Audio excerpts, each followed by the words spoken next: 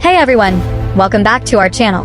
Today we've got some pretty shocking news surrounding Apple's latest release, the iPhone 16. This time, it's not a new feature or a design flaw that's grabbing headlines, but an unexpected issue in Indonesia. Yes, you heard that right. One of the world's most populated countries is holding back the sale of the iPhone 16. So what's going on here? Visual of Indonesia map and iPhone 16. Indonesia has placed a temporary halt on iPhone 16 sales because Apple hasn't yet met a specific requirement. It all comes down to something called the TKDN certification. Basically, Indonesia wants Apple to increase its investment in local manufacturing.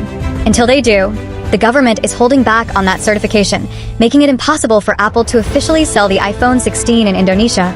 Visual of Tim Cook and the Indonesian president meeting. And get this, Tim Cook even met with the Indonesian president recently. They had a productive conversation, with Apple reportedly showing some interest in setting up a manufacturing facility. But for now, it's a waiting game. Will Apple give in and meet Indonesia's demands?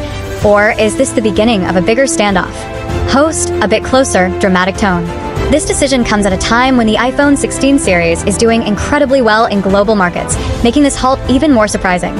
Imagine the frustration for Apple fans in Indonesia who've been eagerly waiting to get their hands on the new iPhone, only to find it's just out of reach. Host looking at the camera. So, what do you think?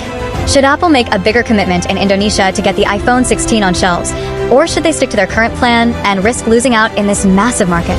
Drop a comment below with your thoughts. Don't forget to hit that like button if you found this update interesting, and subscribe for more tech news that keeps you in the loop. See you in the next video.